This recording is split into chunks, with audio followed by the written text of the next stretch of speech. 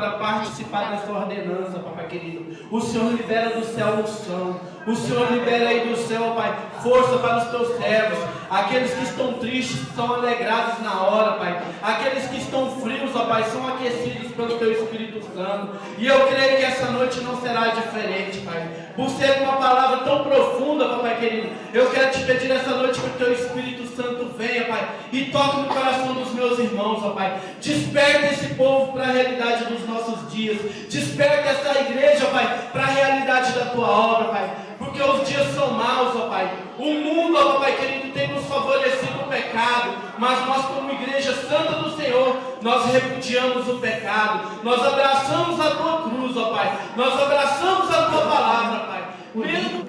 Aí eu olhei e fui olhar as roupas no varal assim, olhou e falou assim, meu Deus do céu, misericórdia. E roupa mal lavada, roupa suja, tudo manchada, olha lá, meu Deus do céu. Como é que pode? Como é que o marido dessa mulher aguenta? Será que ele não vê essa roupa suja, não? Está bem claro para todo mundo. Essa mulher é uma porca. Essa mulher não sabe lavar roupa, não. E todo dia ela comentava com seu esposo. Ele falava para ela, mulher, vai se pra lá, para com isso. Não, mas não tem cabimento. O marido dela é muito bom, ele não merece essa roupa suja daquela, não. Não é possível. Será que ela não enxerga? Não, vou dar um toque nela. Não é possível que ela vai continuar colocando roupa suja no varal. E assim foi acontecendo. Toda semana, quando aquela irmã ia lavar a roupa, a outra estava lá na janela olhando. Meu Deus do céu. Como é que pode? Aí teve um dia que o marido dela, sim, consternado pelo Espírito Santo, decidiu um dia levantar mais cedo. Levantou mais cedo e foi arrumar a casa. Arrumou a casa. Foi lá naquele vidro que estava sujo da casa dela e lavou o vidro da janela todinho. E a irmã levantou cedo. Opa, hoje é dia da outra lavar roupa. Já levantou cedo e ficou esperando. Na hora que ela bate o olho e olha que a irmã lavando roupa, chega e ficou ofuscada. Nossa, o que aconteceu? Olha a roupa dessa mulher, está branquinha agora. Mas não é possível. Será que alguém falou alguma coisa para ela? Ô bem, vem cá. Olha só para você ver pela janela. Olha lá, você lembra que ela estava com a roupa tudo suja? Pois é, ela está tudo bonitinha. E virou para ela e falou assim, olha, isso você me desculpa te falar. Mas o problema está em você. Se você, em vez de ficar falando da vida dele, olhando o problema e defeito dos outros, e arrumasse a sua casa, e lavasse as janelas da sua casa, você não estava vendo roupa suja, não. A roupa estava suja no vidro da janela da sua casa, é que estava suja. Não porque a irmã estava lavando a roupa. Resumindo, nós temos que lavar as vidraças dos nossos olhos, quando nós olharmos para os nossos irmãos. Porque muitas das vezes a gente faz pré-julgamentos, né? E a gente julga nossos irmãos por aquilo que a gente está vendo, e quando na verdade nós devemos lavar. Foi o próprio Jesus que disse, né? Para a gente tirar o cisco do olho do nosso irmão, a gente tem que fazer o quê? Tirar a trave dos nossos olhos. Amém? Mas isso é uma característica, irmãos, muito presente nos dias atuais. Isso mostra uma situação espiritual que nós devemos corrigir. Porque isso acontece com todos nós. Se eu falar que eu nunca passei por isso, eu estou mentindo. Não é verdade? Todos nós fazemos isso. E muitas das vezes o Espírito Santo chama nós para trás e fala, epa, não é por aí não, está errado. Vai orar. Vai buscar a presença de Deus para você ver melhor, enxergar as coisas com os olhos de Deus. Amém? Quem quer enxergar as coisas com os olhos de Deus nessa noite? Amém? Glória a Deus. Nesse versículo, primeiro eu quero trazer para vocês uma visão geral sobre a Epístola aos Coríntios. Essa epístola, ela foi escrita para uma igreja nova, para uma igreja, vamos dizer assim, imatura na fé. Uma igreja que precisava de acompanhamento. Paulo teve tempo suficiente para ensinar essa igreja os rudimentos principais. Mas por ser uma igreja bem colocada por Deus, bem posicionada, a gente descobre, analisando a história, que a igreja aos Coríntios era uma igreja, era uma cidade. Corinto era uma cidade, uma metrópole da antiga Grécia, que era uma potência financeira, ou seja, era uma cidade próspera financeiramente. Mas o que ela tinha de prosperidade financeira, ela tinha de arrogância. O que ela tinha de arrogância, ela tinha também de imoralidade. Era uma cidade que só Jesus na causa. Dinheiro não faltava, mas a condição espiritual e moral do povo era terrível. Então Paulo, sabendo da condição da cidade, porque querendo ou não querendo, a situação da cidade influenciava na igreja. Aquele povo que estava ali eram judeus recém-convertidos e cristãos convertidos do paganismo, que estavam vindo para a igreja, e com muito dinheiro, muito poder aquisitivo. E o que aconteceu nessa igreja? Ela teve problemas, porque Paulo não teve tempo de ensinar, preparar os obreiros, e devido a essa cultura, esse impacto da cidade, de toda a situação, culminou que a igreja começou a se assemelhar um pouco com a sua cidade. Ou seja, vamos dizer aquela expressão, o mundo começou a entrar na igreja. E daqui a pouco cada um fazia o que dava na telha dentro da igreja. Tudo ficava certo. Ou seja, Paulo não estava lá, não tinha apóstolo e virou uma bagunça. Como toda bagunça vem um desespero da parte daqueles que são espirituais. Os líderes não tinham condição de controlar a situação. O que eles fizeram? Mandaram uma carta para Paulo. Ó Paulo, socorre a gente, porque o trem está feio na igreja, o trem está desandado, nós não sabemos o que fazer, o povo não obedece, o povo não respeita, e queremos uma posição sua. E Paulo vai lá e escreve essa epístola aqui, que é uma das epístolas mais importantes para quem é pastor. Se você quiser analisar a situação, o contexto espiritual da sua igreja, lê 1º e 2º Coríntios. Porque aí você vai entender o que é uma epístola pastoral. Você vai entender, aos olhos de um pastor, como é apacentar a igreja. Porque todo mundo pensa que apacentar a igreja é fácil.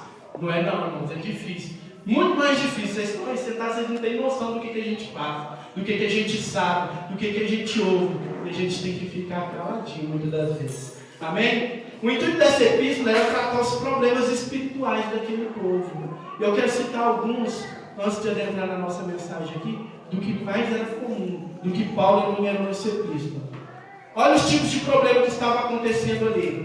O primeiro, espírito de divisão. Ou seja, era uma igreja dividida. Você vai ali ver nos primeiros capítulos que uns falavam que era de Paulo, outros de Cefas, Pedro, outros de apóstolo, uns se intitulavam de Jesus. Ou seja, havia divisão no meio da igreja, grupinhos, que a gente chama hoje de panelinhas. Havia tudo isso na igreja de Corinto. Não é um problema novo, é um problema que já vem de lá, né? Para você ver, todas as igrejas passam por isso. Segundo problema, tolerância do pecado.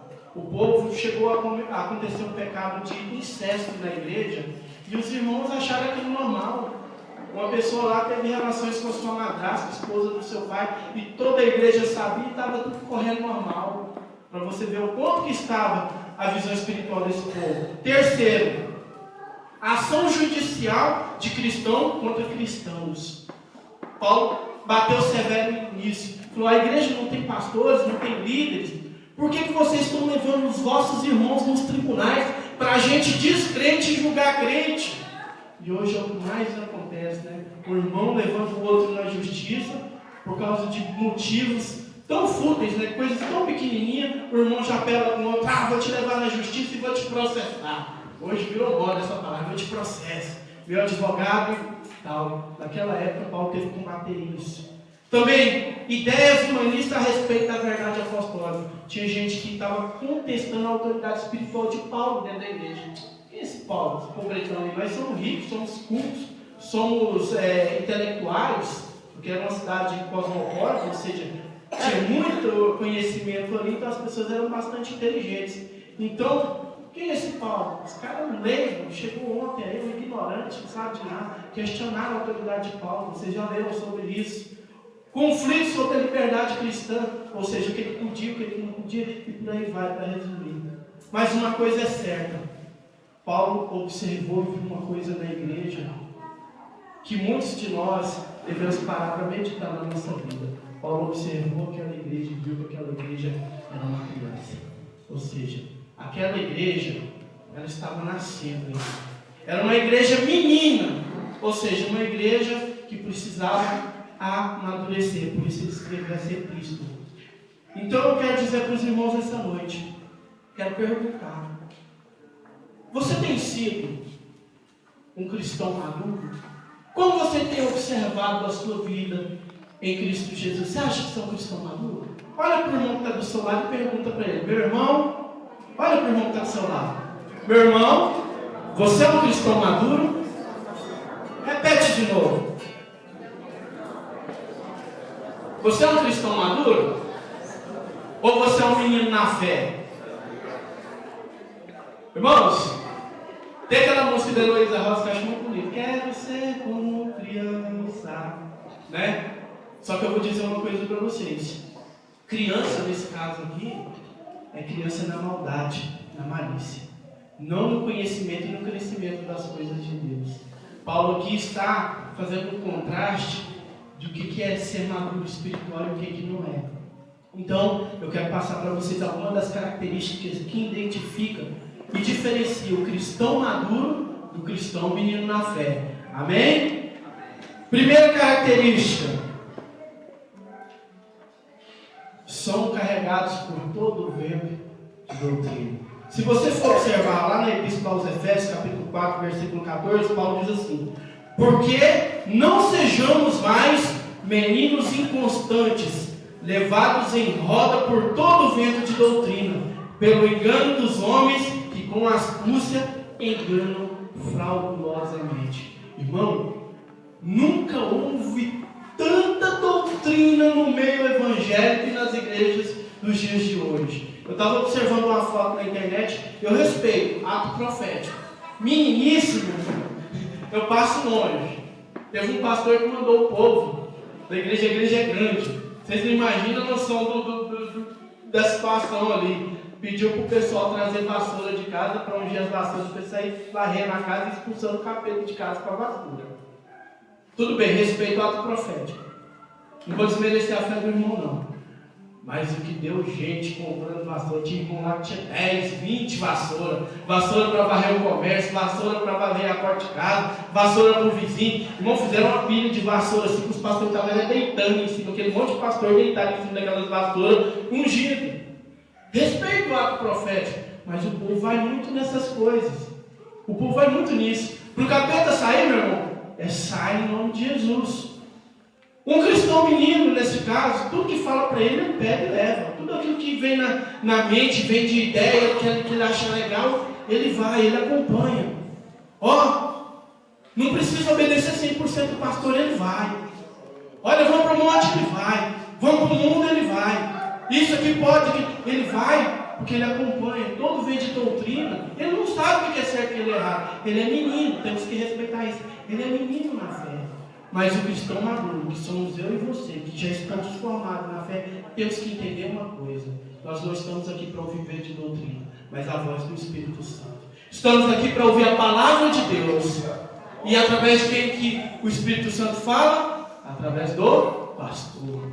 Então, se o pastor falar, meu irmão, é o homem mais capacitado e preparado na igreja para te ensinar o caminho que você tem que andar. Por quê? Ele é o homem mais maduro na fé dentro da igreja.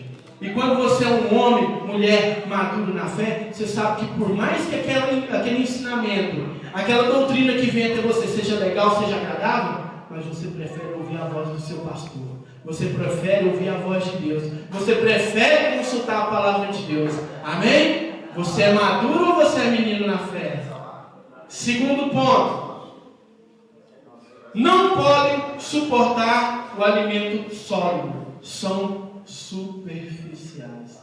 Menino na fé não pode comer comida de gente grande. Pega seu nenenzinho recém-nascido e dá um pedaço de carne para ele comer. O que vai acontecer? Ele vai engasgar e vai morrer. E olha que se você der, ele vai mastigar, viu? Eu já fiz o teste com meus meninos. Você põe na boca, ele pega ali e vai chupar até. E tem que engolir na marra. Se você deixar ele tomando a sua mãe embora, mesmo sabendo que ele não dá conta. Por que isso, irmão? Porque ele quer comer, ele quer absorver. Só que ele ainda não pode. Ele ainda não está preparado. Neném come o quê? Papinha, mamadeira, mingau. Por quê? Porque é comida de criança.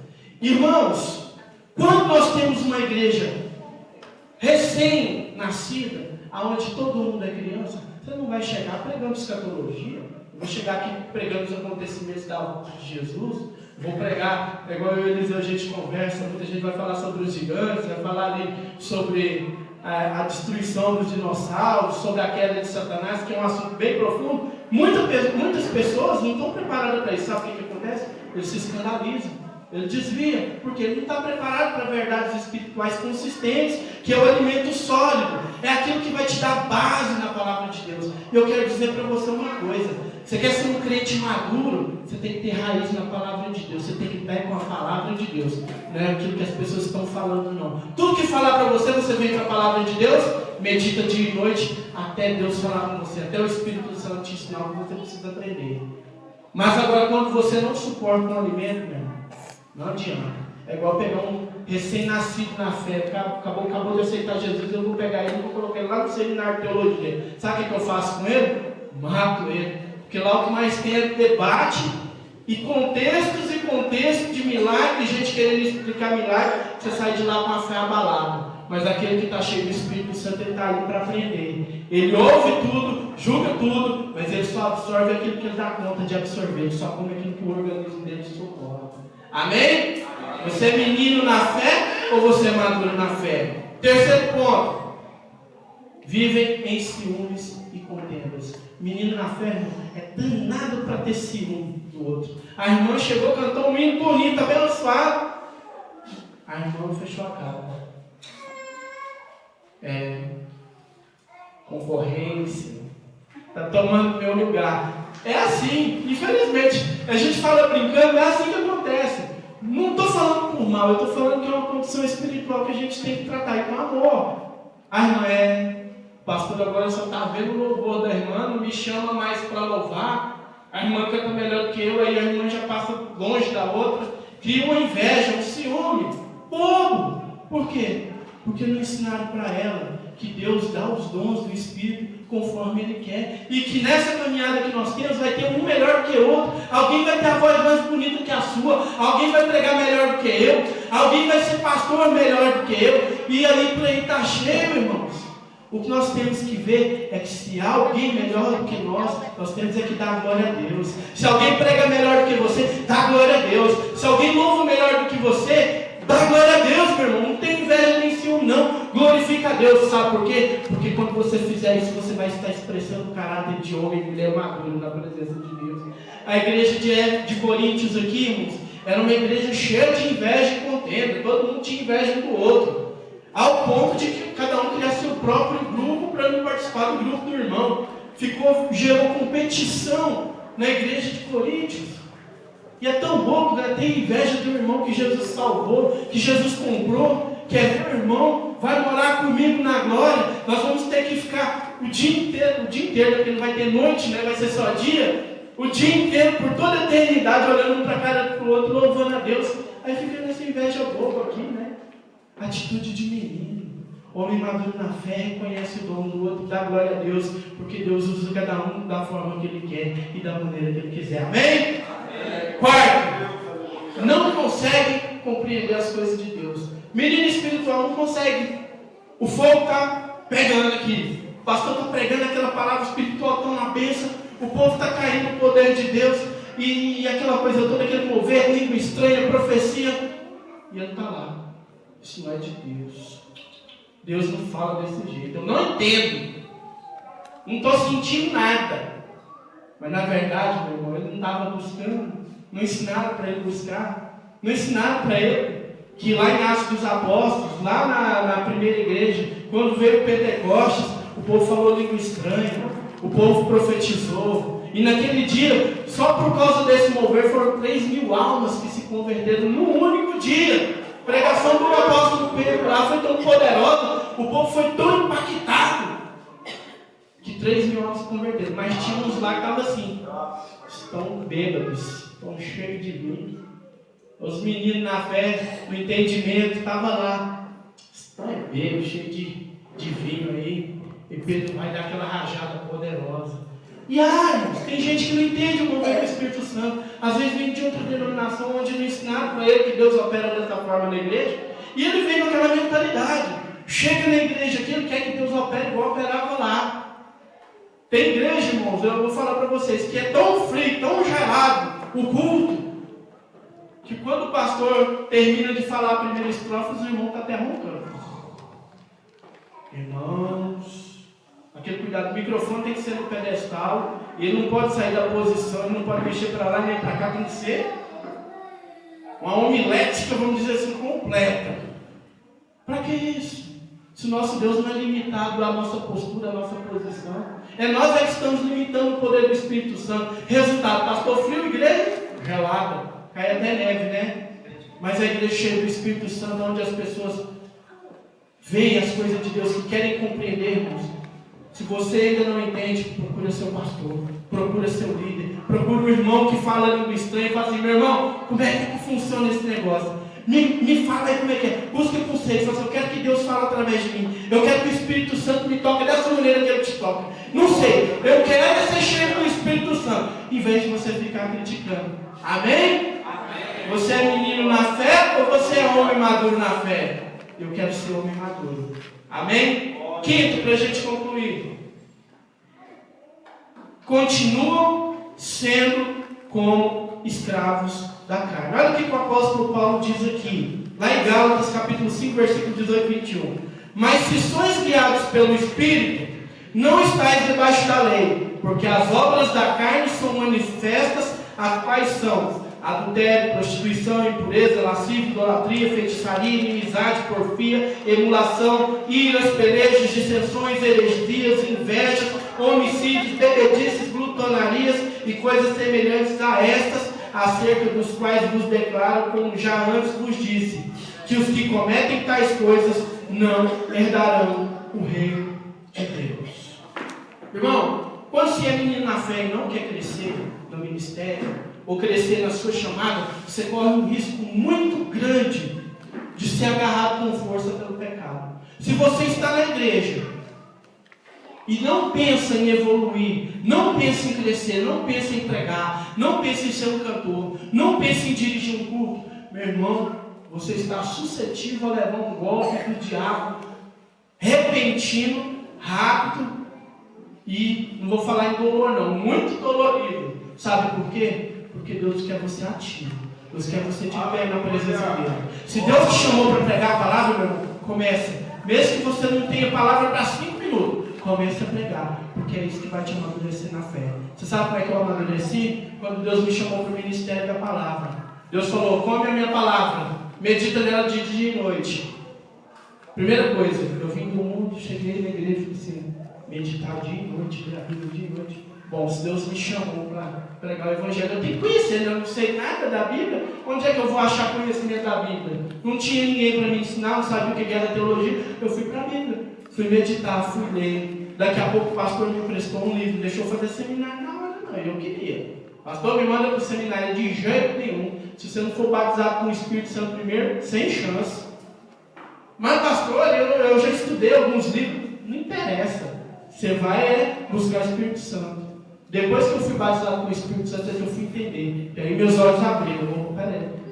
A teologia é muito bom. Estudar a palavra de Deus é muito bom. Mas você não precisa disso não. O que você precisa é do Espírito Santo. Você precisa de Jesus na sua vida. Você precisa ter compromisso com Deus primeiro. Porque tem muita gente que está lá no seminário que nunca nem ouviu falar do que é Espírito Santo. Olha para mim, para você falando língua estranha e ri. Falando lá os bobos. Ó. Nem conhece a palavra de Deus. Não sabe que isso aí já acabou faz muito tempo. Não acabou não, meu irmão. Até a volta do Senhor Jesus Cristo, até a hora que Ele vier nos buscar neste mundo, e o Espírito Santo estiver aqui, vai ter língua estranha, vai ter dons, vai ter profecia, vai ter homens e mulheres cheios do Espírito Santo, realizando curas, sinais e maravilhas. Basta dar lugar, e Deus quer que você dê lugar para Ele, porque se você der lugar ao espírito de meninice na sua vida, você vai cair na carnalidade, consequentemente vai cair no pecado. E para a gente concluir essa noite, eu quero que você fique de pé. Romanos capítulo 14, versículo 13.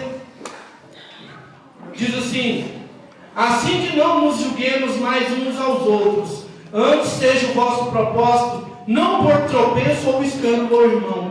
Eu sei, eu estou certo no Senhor Jesus, que nenhuma coisa é de si mesmo imunda, a não ser para aquele que a tem por imunda. Para esse é imunda. Mas se por causa da comida se contrista teu irmão, já não andas conforme o amor. Não destrua por causa da tua comida aquele por quem Cristo morreu. Não seja, pois, blasfemado o vosso bem, porque o reino de Deus não é comida nem bebida, mas justiça, paz, alegria no Espírito Santo. Porque quem nisto serve a Cristo agradável é a Deus e aceito aos homens. Sigamos, pois, as coisas que servem para a paz, para a edificação de uns para com os outros.